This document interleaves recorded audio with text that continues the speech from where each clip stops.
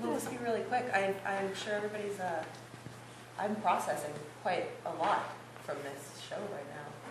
Can we talk about love and violence?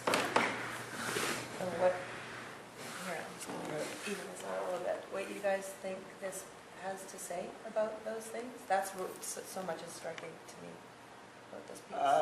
Well, to be honest, I think we're still processing quite a bit of it too. Yeah. This is a really fresh creation, right? Mm-hmm. Like it's kind of still moving. There was, 3 workshops of it, and 3 weeks of rehearsal, and a year and a half or a year of Conrad sort of figuring out what it was going to be. And this is where it is now. Yeah. One of the things we talked about was how lots of stories end in violence, and there's a hope to tack on a happy ending, or tack on a happy ending that feels tacky, yeah. But we crave it anyway. The Hollywood ending. No. I'm pretty sure that didn't answer any questions. But that's one of the things we talked about in the process of making it. Does anybody else want to speak to that for a little bit? No. No? Okay. I'm kind of fascinated with your space right now, all of you. Some really strong images in this piece, and I also think there were like a few of us that thought it was quite funny. Conrad thinks it's quite funny. Yeah. You're the first audience who did. You guys were laughed the first most, laughers? for sure, yeah, which was really nice. Fun. Good. Yeah. I think it's funny. What do you think is funny about it? Like where? Well, I don't think I could really tell you exactly. I just think it's funny. That it makes me laugh every time she falls behind the sofa. And it just, I think there's a lot of humor in it. I think it's very, dark and very bleak humor. But I don't know. I laughed.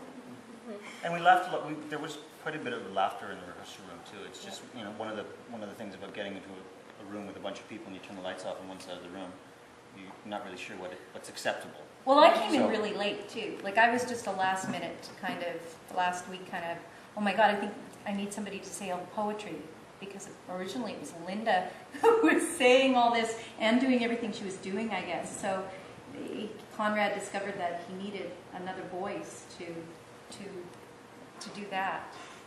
And Got this other layer where it's discussing its own creation, right? Like theater and maybe.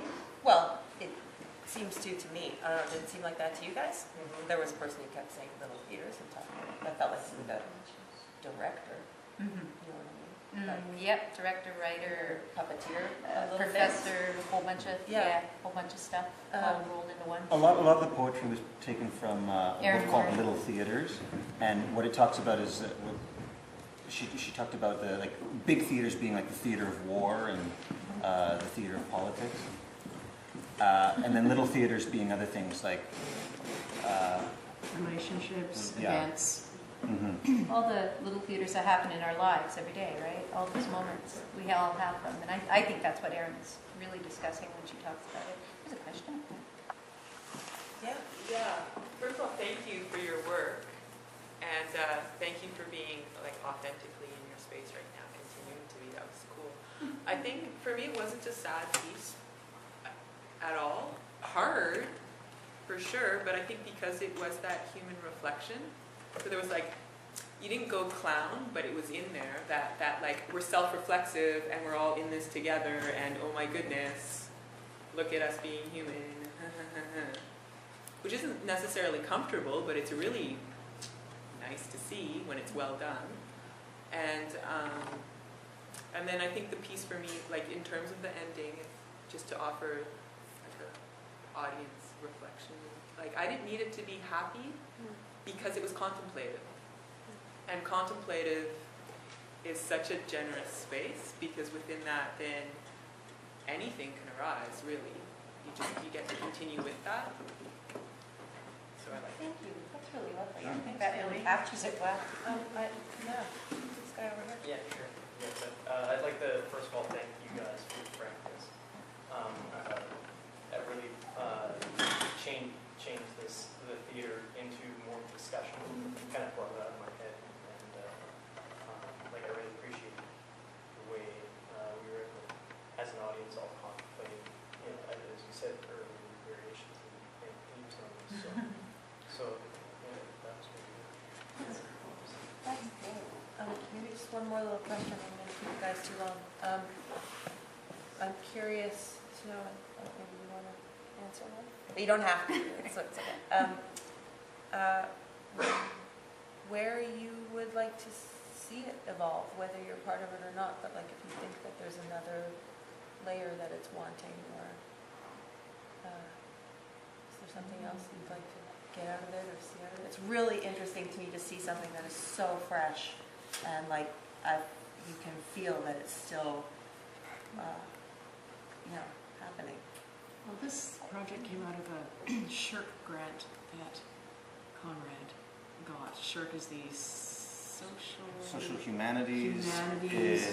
And science, and anyway, it's a council that exists to put artists and scientists or scientific exploration together for the theater, or for anything actually. And Conrad applied for it and got a grant to explore language and poetry and how it morphs in theater, and how we can use it to express or obfuscate what we're trying to say.